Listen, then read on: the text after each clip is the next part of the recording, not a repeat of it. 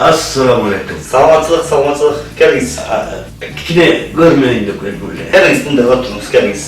Неміз ой? Ай иним, мен ооруп атамбы же аялым ооруп атабы белгисиз болот. Аялым деген кечинде түнүндө жатабыз го. Жаткандан кийин биздин бул жаңы алган шифонер менен сүйлөшүп атат. Анан? Шифонер аялымдан сурап атпайбы?